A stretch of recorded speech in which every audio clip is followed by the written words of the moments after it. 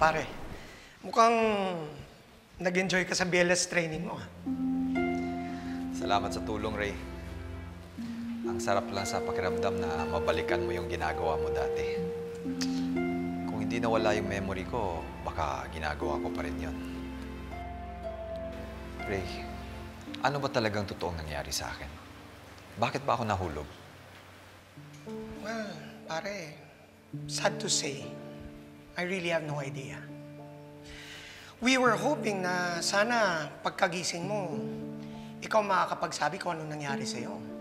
Kaso, wala kang maalala.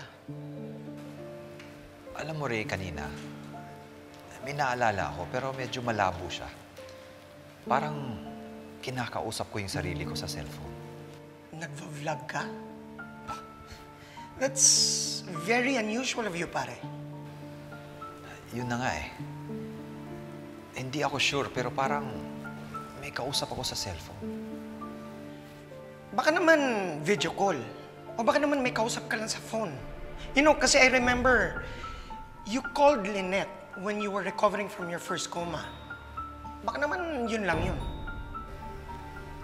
Basta, Ray, sure ako may kausap ako sa cellphone.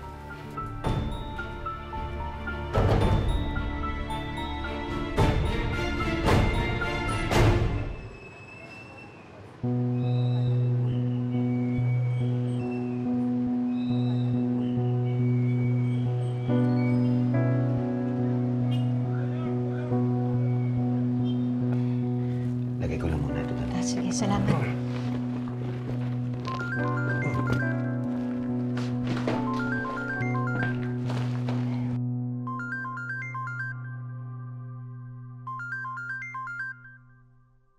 Parang cellphone yata ni Diyosa yun, ha?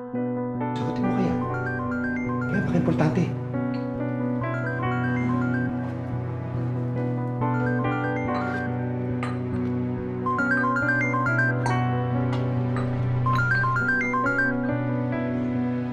Hello? Hello? Diyosa? Hindi po si Diyosa to. Kaibigan niya to.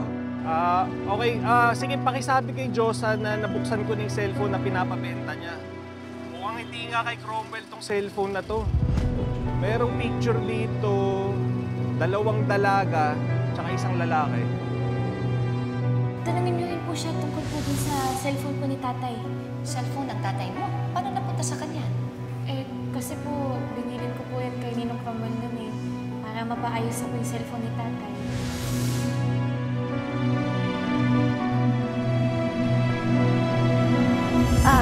Kuya, saan po itong shop na to? Ano po yung address? Teka lang po, Ano po yung address? Boggs CE Repair Shop. Stall 32. Okay po. Malapit po sa palengke? Sige po. Sige po. Salamat po.